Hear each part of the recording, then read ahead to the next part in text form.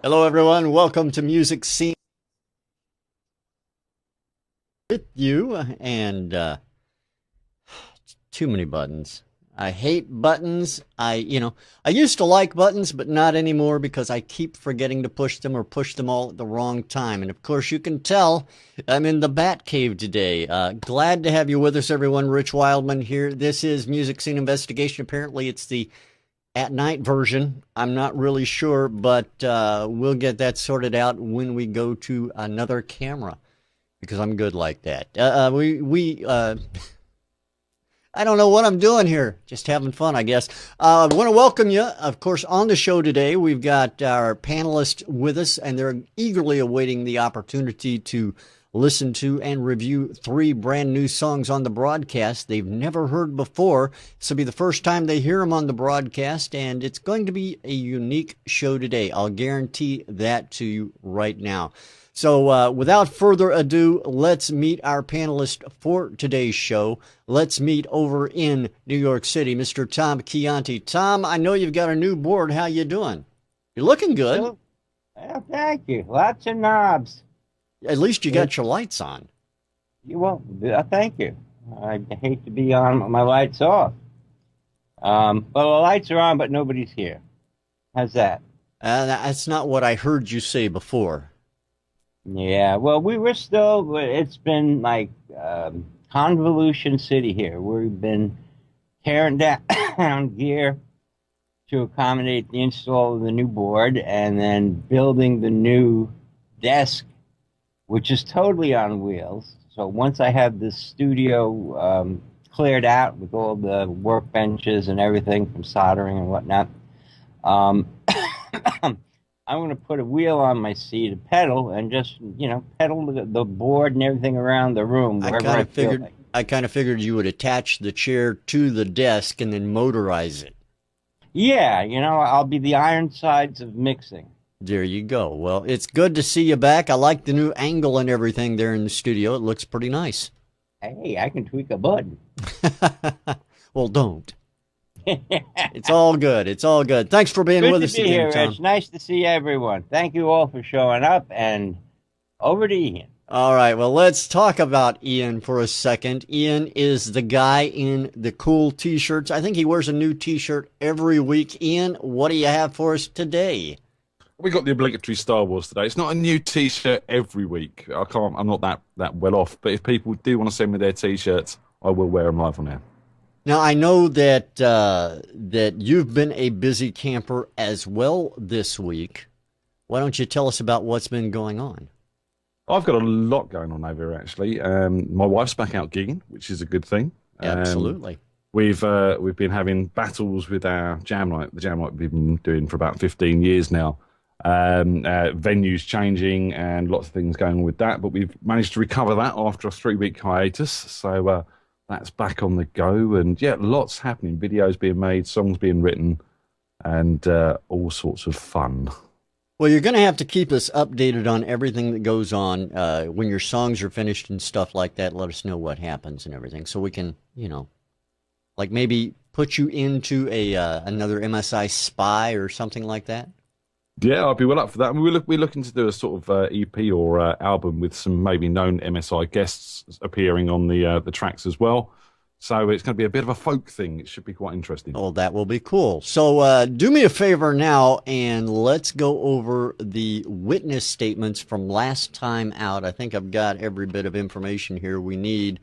We had I here last week? That would make 2 weeks in a row. Yeah, I think you were here last week, Tommy. You're going to qualify for a paycheck at this rate. Yeah, right? Well, don't get on the paycheck stint just yet, guys. I mean, we've still got to, get a couple of listeners and viewers in first. So maybe after that. That's not the deal we had, Rich. Yeah, well, your people said it was okay. I'm just saying. All right, so the participants in last week's broadcast when Miss Susie Chase was on our panel was Albarian with his track Ride featuring Honeybee on vocals and Amory Blue, which took Song of the Week, along with Plastic Groove and their song Strong Lands Fall. Now, Ian, the witness statements, what did they have to show to us from last week? Some very interesting information next. Yeah, no, you got to be a little bit more forthcoming. Yeah, well, I mean, this is about the third week on the trot now that our audience haven't agreed with us. Now, What this happened? week, this week it's not by much at all. Our audience generally were with Ride by Barian. But that was for songwriting and what were best songwriting and best performance. That was only by 44%, with track 6 by Amory Blue coming in at second with 33% of the votes, and song 3, I'm lying. So Strange Lands by Plastic Grooves coming in at second with 33% of the votes, and song 2 actually only getting 23% of the votes. So, in other words, the panel completely wrong. It was a close race. It was a close race. Everyone was sort of getting some good percentages this week. We normally have quite a cut or dry result, but this week it's really not cut or dry at all. Well, now, Stepdaddy out in the chat room wants to know if we ever got a name for that track, and I can tell you this officially from Amory Blue, we did not hear any response on our outreach to him with a name for the track, so it will be forever known as Track 6 or Song 2. Or Song of the Week. Yeah, I'm confused, and I know everyone else is, but that's the way it goes. Let's meet our guest panelist today. Our guest panelist is a good friend of mine out on the social networking sphere, and he is the man behind all of Middle Tennessee music. From Middle Tennessee music is Mr. Bret Campbell. Bret, welcome back to Music Scene Investigation, sir. Good afternoon. Gosh, it's good to be here. Rich, I hate to, but right off the bat, I have to correct you. I am not the man behind all of MiddleTennesseeMusic.com. I have a partner who is very important in what we do. Mr. Joshua Smotherman has been my partner in this deal since we began. And if it were not for him, Middle Tennessee Music would not exist, and I would not be on the internet. So I have to give him major credit. And everything that we do involves Joshua and another Joshua and 3 or 4 other people also. So I cannot take full credit. I will take full credit for Small Barn Sound. Okay, well, in other words, the note I got from your people to my people was wrong. They were pumping it up for you mistakenly. Okay. All right, let them. Did it have my signature on the bottom of it? No, it was somebody else's signature. I'm not sure who it was. I can't make it out. I don't read cursive. Ha. All right. So if you're paying attention to the news, you'll understand what that meant. So, Bret, how you been? How things been going down there in Middle Tennessee? Oh, my gosh, it's been busy. I did forget to wear my new No Kona T-shirt, but Ian will appreciate the coffee mug that my kids got me for Father's Day, and this thing's almost as big as my freaking head. I should not have to stop mid-show. Mid-10 music's been flat busy. Gosh, we did a straight week of shows. Whatever that was, I'll have to figure out how to turn it off. We did a straight week of shows over here at a local coffee shop during a large musical fest here in Manchester, Tennessee. There were 200 bands in town for the week, 7 venues going, and people kept coming by and saying, wow, you venues got the best sound out of all of them. How that happened, I don't know. But we had a blast with that, then off to Bonnaroo, and now we're scheduling a series of 3 concerts during the summer at an undisclosed location, in which we'll be bringing in bands from all over Middle Tennessee, Northern Alabama, Georgia, Kentucky, North Carolina, South Carolina. Now, I know that you have been very busy on the broadcast circuit. You guys have been broadcasting a lot over Google Plus, and I've seen some of the setups you guys have got out and in place, and the sound is very good, by the way.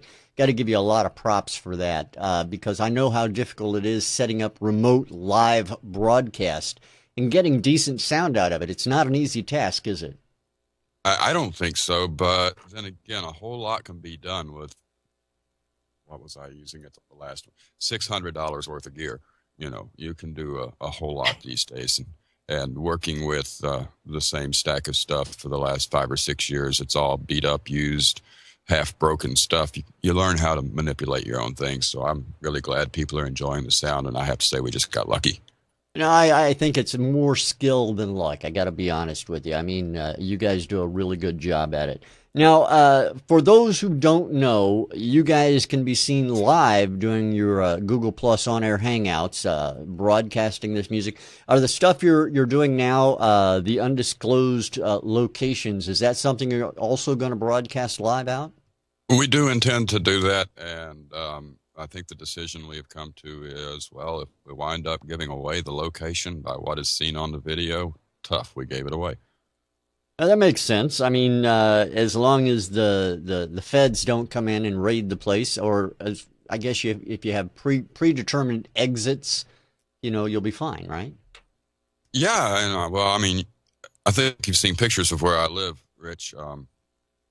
If they only send a few, they're not going to bother to search for anybody that left. I'll tell you that.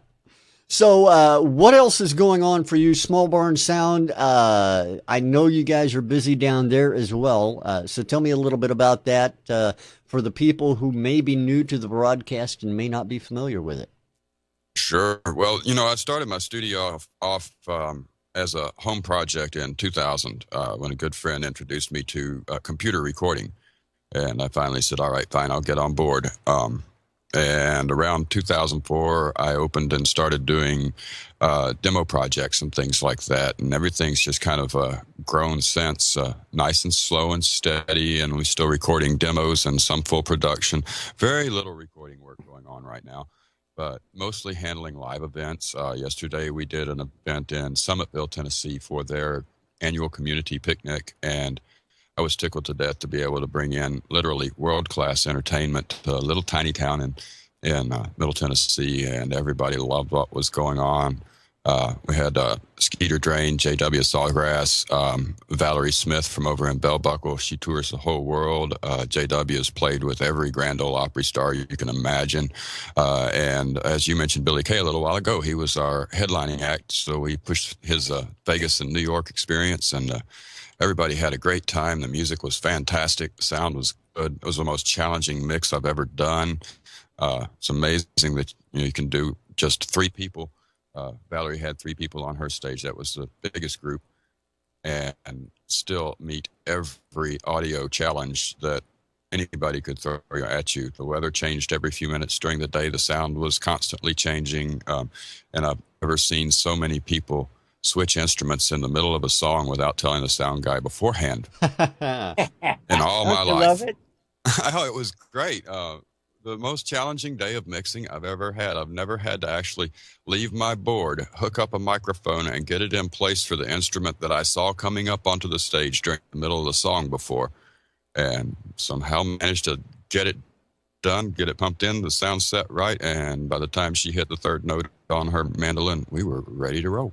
Well, I'm glad you're good at working quick on your feet, because that's kind of what we do around here. But you already know that, having been on the broadcast before, and knowing that, we have 3 songs we'd like for you guys to take a listen to today. Offer us your thoughts on. So if you're ready, I know everybody out in the audience is ready. Let's take a listen to track number 1 on today's Music Scene Investigation and get your thoughts on it, gentlemen. So everyone, this is track number 1 on today's MSI. Enjoy it, will you?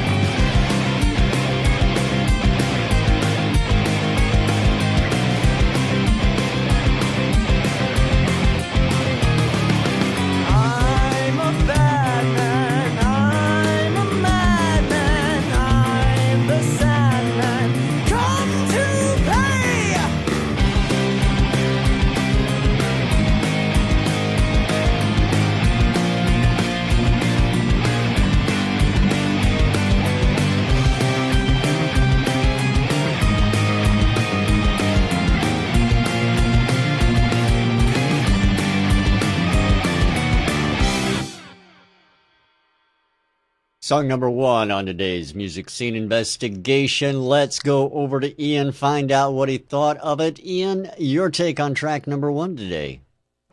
Look, I don't think I can sum it up for me any better than Brian, Stepdaddy, in the chat has summed it up. And he put, I was hoping to be punched in the face. Instead, I just got a dirty look.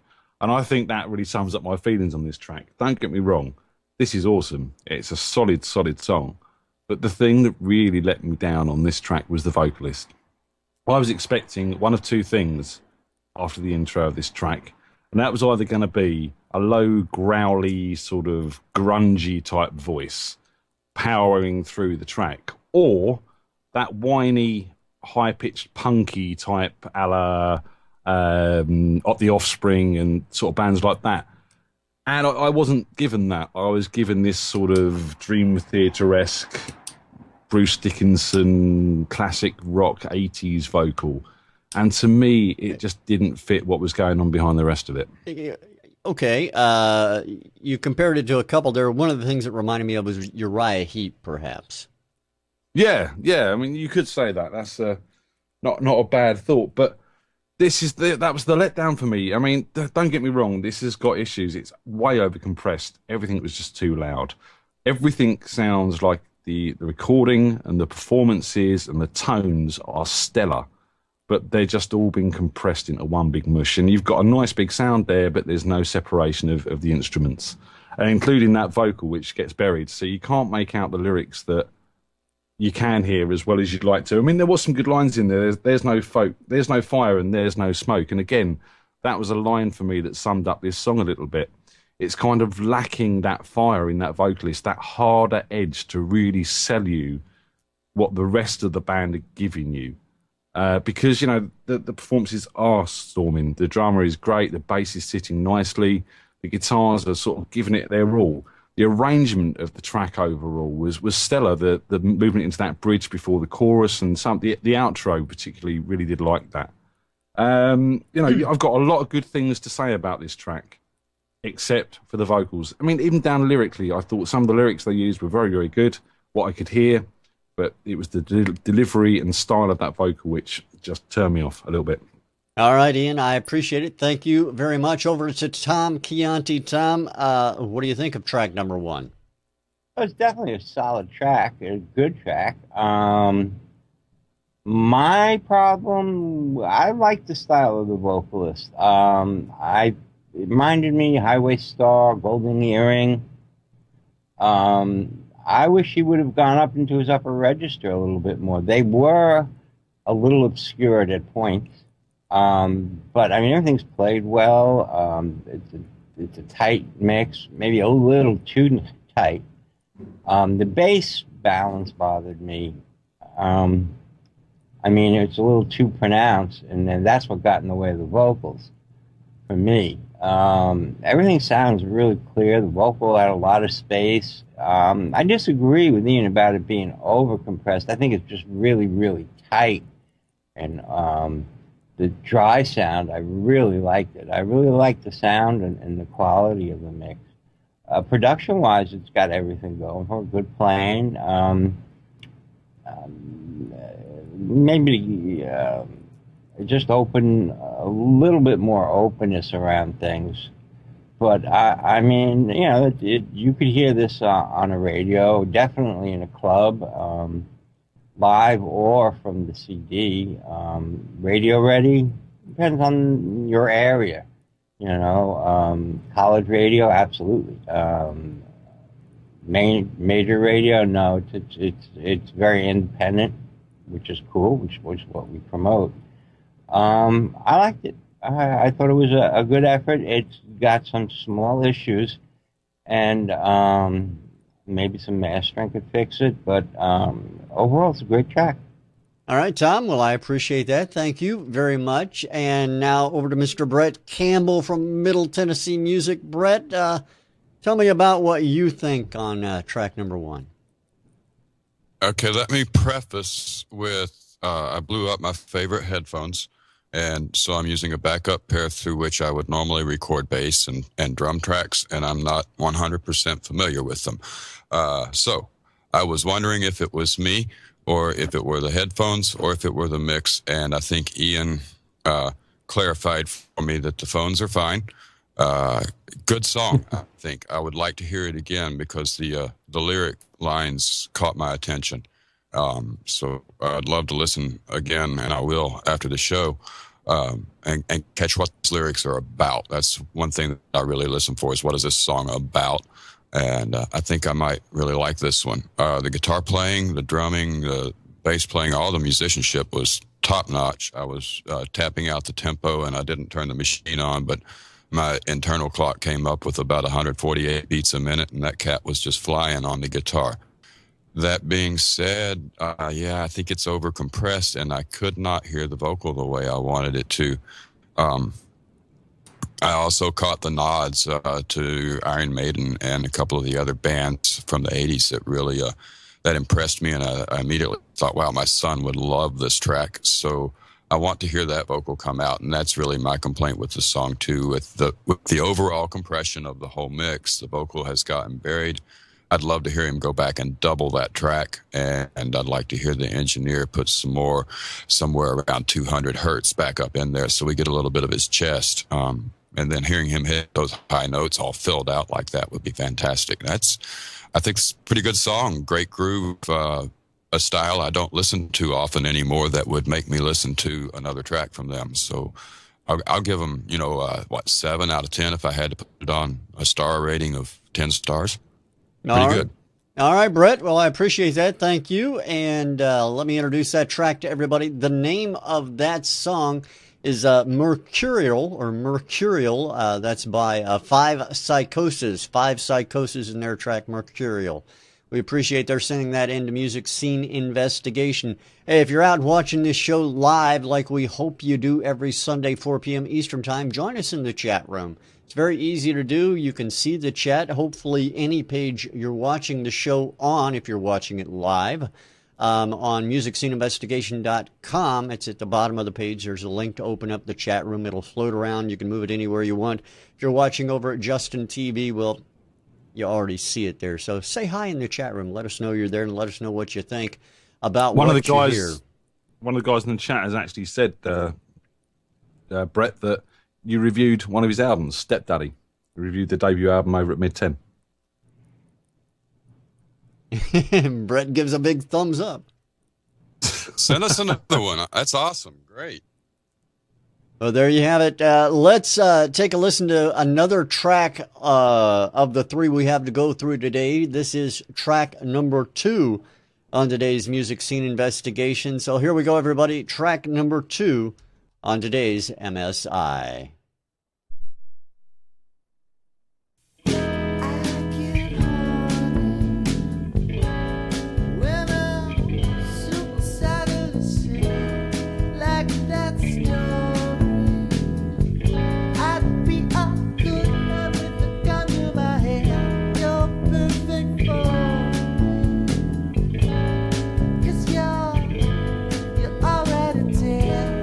Just ignore me.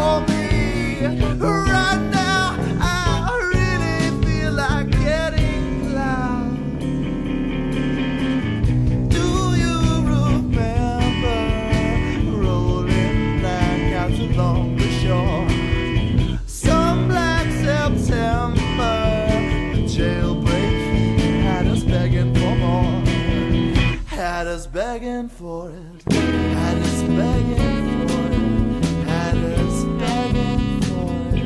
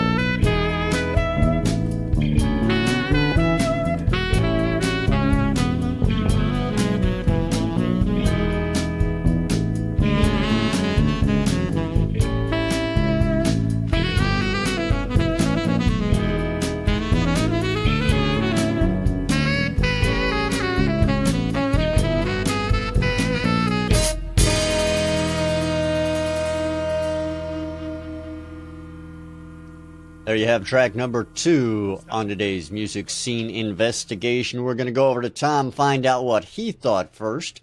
Tom, what do you think of track number 2? I think it was an awesome track. I really like the horns, the overall feel, the chord progressions. The vocal was a little low in the beginning. Again, on this one, the bass is a little bit too pronounced. It's got a great sound. All the instruments sound awesome. The saxes, the bones, drums, everything. I really liked it. Very interesting placement going on there around 220. One of the horns just sort of from one side to the other. I got a kick out of that. My only bone of contention with this is like the placement of the verse horns. They're in the way. Could be because the bass is a little bit too pronounced. They should be placed someplace further back. They were competing with the vocals, and a great vocal sound. All the sounds I really liked. Overall, it's a great mix. I mean, personal preference comes in, and I'm nitpicking when I say I just didn't like the bones where they were placed. I thought they should have been brought back more, and just watch when you're panning things. I definitely caught, I don't know if anybody else will hear it, or I'm hallucinating again, which could be. Just one of the horns went left-right real quick, and I don't think that was really intentional. Sounded like a live take. Could have been, in which case they would have had to leave it in. But I really liked it. Really cool. I think it's a good one. All right, Tom. Well, I appreciate that. Thank you so much. Let's go over to the man who was on the phone. I don't kid. I don't kid. I saw him on the phone. I really did. Brett, it was after the song. I'll say that. What do you think of track number 2? I think track number 2 was a pretty good track. I enjoyed it a lot. And yes, I did answer the phone to tell my wife that I was on the air. I'll admit that. If you don't answer your wife's telephone call, you can get in trouble. So I roll with that. Tom, the flying horns. Yes, interesting, but I don't think I liked them. Maybe if they'd only gone 30 or 40% instead of hard left and right, I would have liked it a little more. But it sounded as if we were doing an answering call, but that was being done by the same person with the same horn.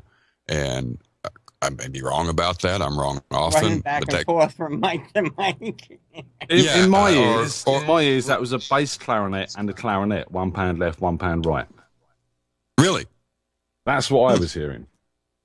Okay. I thought it was a Barry and alto sax, but who knows? I mean, I can't tell the difference until I see it. There was definitely a sax in there as well.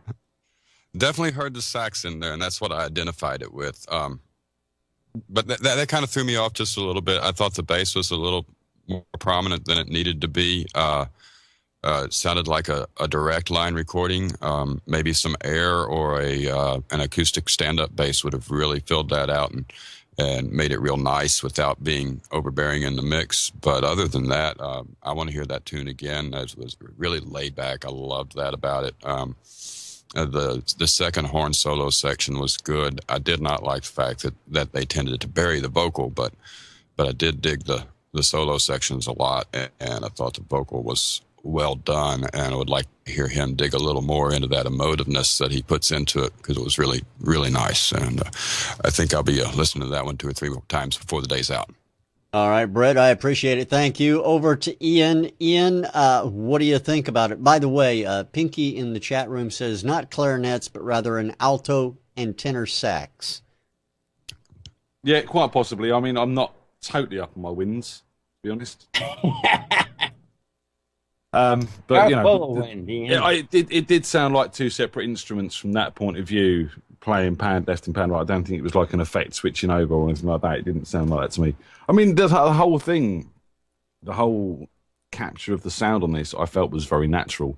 I liked that open, uncompressed drum sound that was going on, and I loved the readiness of some of the woodwinds and stuff. It was some really nice things. The only thing that, again, the vocals were set a little bit too far, set back from my point of view, but it sounded like the mix had kind of been like, right, okay, it's mixed, but there was no real dynamic going on in the mixing stage. Obviously, there was in the music, but I felt the whole thing could have benefited a little by sort of riding the faders a little bit around on this and just getting things to come out when they needed to and bringing things down to let that vocal breathe a little bit more. Because, you know, there's some great performances on here, but it all seemed at quite one level on a mix front. The guy's voice was fantastic. I mean, kind of lots of different genres coming into his voice. I mean, there's one part in there where he was singing the Call Me Back in vocal, and it sounded like the guy from Gomez or Kings of Leon. He had that sort of grungy, sort of rocky edge to his voice, which sounded great in comparison with that sort of smooth, jazzy feeling that he had going on with the rest of it. So I liked the way he moved in and out of his vocal sort of styles. That worked. There's some cool lyrics as well. I mean, things like "Call me, I really feel like getting ploughed." Now, come on, we've all been there. We can relate to that. You know, so yeah, I've got a lot of time for this track. As I said, it just needs the mix to be leveled out a bit more and give it a bit more colour. All right, Ian, I appreciate it. Thank you so much. And see, when the camera's away, Tom goes and plays. I don't know where he goes, but that's what he does, I think. So let me introduce this. I go anywhere. I've got surround sound speakers. Okay. All right. Well, let me introduce this track to everybody. The name of that track is called Blackout Rolling, and it is by the Sub-Orbitals. The Sub-Orbitals with Blackout Rolling. We appreciate your sending that track in to MSI. All right, we have one more track to get to, but before we get to it, I want to remind everybody, as indie musicians, you want to get your music heard in front of our panel. I certainly hope you do. Head to MusicSceneInvestigation.com. There you can hit the Submit a Song link at the top of the page and submit your music for our panel to review. Every week we'll select 3 random songs to put in front of our panel, and you may be able to hear what they have to say. Well, you will be able to hear what they have to say. All you have to do is tune in every Sunday, 4 p.m. Eastern Time, and we do it live then. Of course, it's available as a podcast, a video, or audio after the fact as well. So we certainly hope you take advantage of it. We do it for you. We do it free, and certainly enjoy it. All right, gentlemen, we have one more track to take a listen to, and let's get to it. This is track number 3 on today's MSI. Certainly hope you enjoy it, everyone. I like you, and you like me. I just wanna hold you close and tell you sick, perverted jokes, 'cause I like you, and you tolerate me. I just wanna wear cheap cologne and break dance until the break of dawn, 'cause I like you and you criticize me. Even if we someday break up, because your mom wears too much makeup, I just want you to know right now that I like you as you lie to me.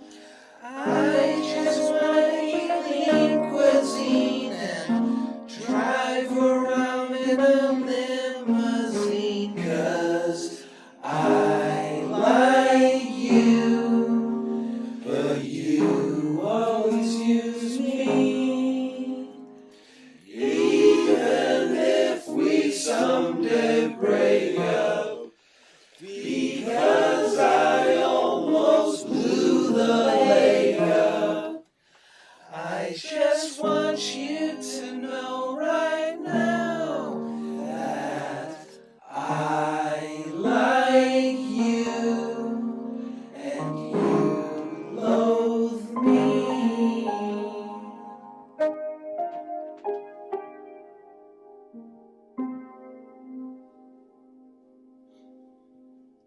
That is track number 3 on today's MSI, and it's definitely a unique track. Let's go to Brett and find out what he thinks about it. Brett, what do you think about track number 3?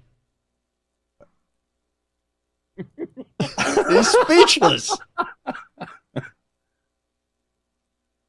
I think you were calling on me because it was my turn, and I was still in the process of hearing the last few notes and switching back to the right audio. That's my favorite so far. I gotta admit it. What can let me pick this song apart for a minute, all right? I'm gonna tear this thing a new one. When you go into a genre, a style, a tune, whatever you want to call it, that's like this one, there are no freaking rules. None whatsoever. You can do whatever you want to with mix, and it's what you did, and you did it because you wanted to for fun. I can tell that about this tune. And so, yes, the crappy piano recording is perfect. Yes, the crappy vocal recording is perfect. Only thing I can really say that I'd like to see done different in this one would be for these guys to learn to sing in 4-part harmony like that, and that would be a load of fun. The lyric was stupid. So stupid that, well, it's the kind of thing I would have listened to in the 80s just for kicks and just to piss off the people in the small town I lived in. And I think I just might download this tune and run through the small town I live in now and piss people off with it. I like it. Lots of fun. Going to listen to it again. That's all I can really say about that one because, wow, so different. It takes a lot of balls to put out a track like that and send it in for reviews. So props, guys. All right, Brett, I appreciate that. Thank you so much. Let's go over to Mr. Tom. Actually, let's go to Ian. Hey. I forgot. Let's go to Ian, find out his thoughts. Ian, what do you think of track number 3? I reckon this is an outtake recording from the very early days of the Beach Boys when they were very drunk. And I reckon this is like meant to be a B-side or something. It didn't quite make it, don't you think? All them sort of like drunken harmonies, and it could be. No? Anyone? No one's with me on this. No? I don't know. I'll roll with it. But yeah, I mean, yeah, as Brett said, I mean, what a load of fun. I mean, yeah, do you know what? I hope they've done a video to this, and I hope it's on YouTube, because this is the sort of thing that people will latch onto somewhere down the line, and it could sort of get a good few thousand hits. Lyrically, genius. Loved it. Made me laugh. We've had everyone laughing tonight, which is good. Yeah, you know, it's a rubbish recording, and it does sound like they're all drunk doing this. It sounds like they're a bunch of frat guys or something like that who've upset the girls on campus. But yeah, love it. A lot of fun. I mean, I'm not going to criticise the mix, the arrangement, or anything like that, because this is one of those things that is what it is. It's a moment in time, and that's been captured. All right, Ian, I appreciate that. Over to Mr. Tom Chianti. Tom, what do you think? Yes, I tolerate you, Rich. And I like you. As you use me. Okay. You gotta love it. I mean, it's perfect. I just wish. I mean, this is some very creative people with off the cuff, and let's do this, like Ian said, a moment in time, you know, or some very smart people. But the theme is kind of familiar. I remember catching this vibe from a song or a track on the web, or an early, I don't know, something like a Saturday Night Live. Not necessarily a Saturday Night Live. They're not as cool as this anymore. Yeah, it's awesome. I agree with Brett. I mean, that 4 or 5 part four-part harmony would have been like, you know, especially the second time around, it really came close. Yeah. And I like that. I mean, that would have been like the killer, the clincher, if at the last time round it was just pitch perfect. I mean, that would have just shut people up for days. But, I mean, it is what it is, and I love it. It's going to be a cult favorite, and if they did do a video, like Ian said, on YouTube, yeah, they'll get a couple of tens of thousands of hits there. You know, and if they haven't, they should. Or maybe we will, in our underwear or something. Speak for yourself, Tom. I appreciate that. Overlook Hotel Records is saying that he was clenching. I don't know what he was clenching or when, but he's saying he was.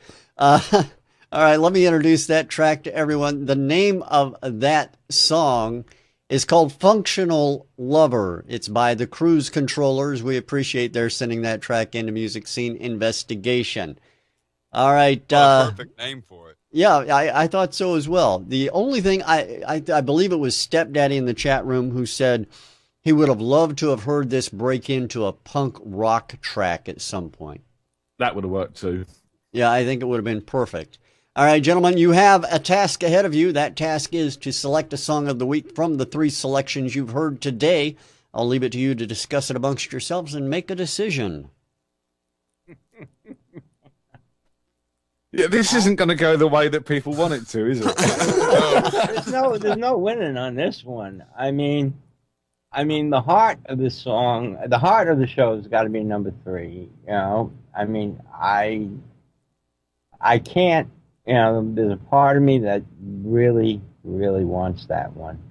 You know, and but I mean, it's a great concept, and it's a very click, very conceptual, and as far as I'm concerned, as far as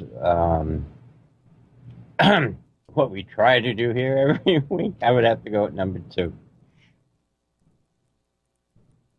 All right, Brett, Ian? Right, okay, I'm going to jump in here. Do that. You see, MSI was set up to evaluate songs. There was no right or wrong in our minds. You know, we do gravitate towards well-presented material generally, because obviously that takes a bit more time and requirement. But, we've got 3 songs here which are totally different tonight, and the last one obviously has a lot of production, arrangement, and performance issues. You which, think? I don't think so. I think it's perfect as it is. That's not my problem. No, you see what I mean? But you know what I mean? Compared to the other two, there's not a lot of time and money and effort being spent on this one. Compared to the other two, there has been a bit more time, a bit more effort. The playing, the performances, everything's a bit more down pat. But, the industry is different these days, and YouTube is a very, very important part of what musicians are doing.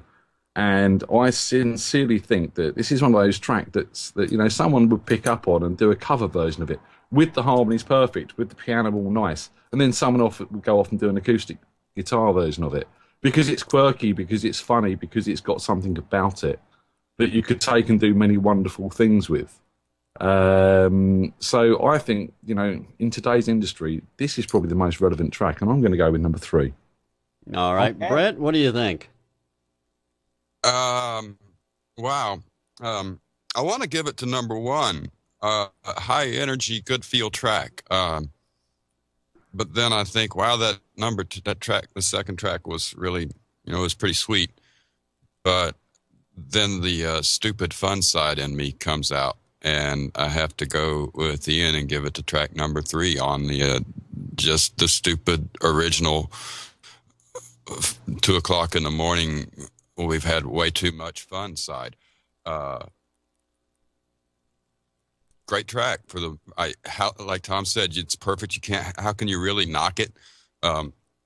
Bringing the pitches into perfect alignment toward the end would have been a great surprise. And I'm stuck on the video. I can picture it in my head. If they want to come record it in my dysfunctional house, and I don't mean the household, but the dysfunctional house itself, man, they're more than welcome. This could be a great place to record a video for that song.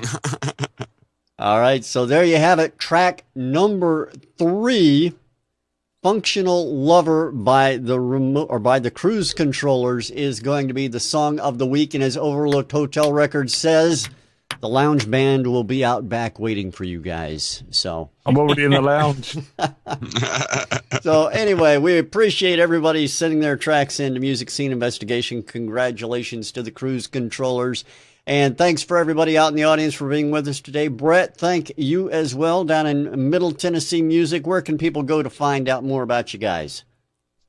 You can type the short URL if you like, midtnmusic.com, or you can type the whole thing out, middletennesseemusic.com will get you there, and there's a few others too. Google+, Facebook, Twitter. Well, we're on most of the social networks. Pick your favorite.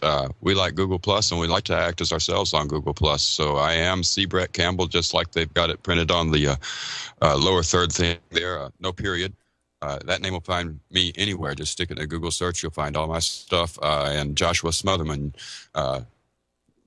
also very easy to find on Google+. We'd love to talk to everybody that shouts our way. Rich, guys, loads of fun. I thank you so much. Truly enjoy your friendship. Really enjoy the show. And this is the second time I've been here, and fun every time. We certainly hope to have you back again with us as well, Brett. Thanks again to everybody for being with us. Ian, Tom, thank you as well. And we'll play out today with the Cruise Controllers and their track, "Functional Lover." As we say about that would have been my pick no matter what, to play out with that song. Oh, okay. Well, there you have it. There you have it. Join us again next week, everybody. Our guest panelist is going to be Dave Bryce from the rock group Spider, and we appreciate him joining us again as well. Thanks for being here. We'll see you next week on Music Scene Investigation. Have a good one, everybody. We'll talk with you real soon. Bye. Bye-bye. I like you, and you like me. I just wanna hold you close and tell you sick, perverted jokes, 'cause I like you, and you tolerate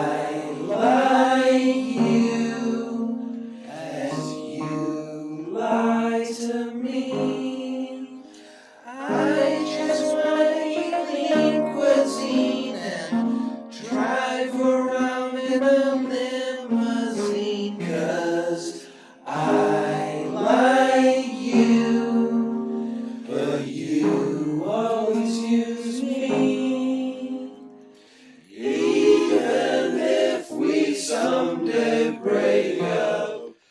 Because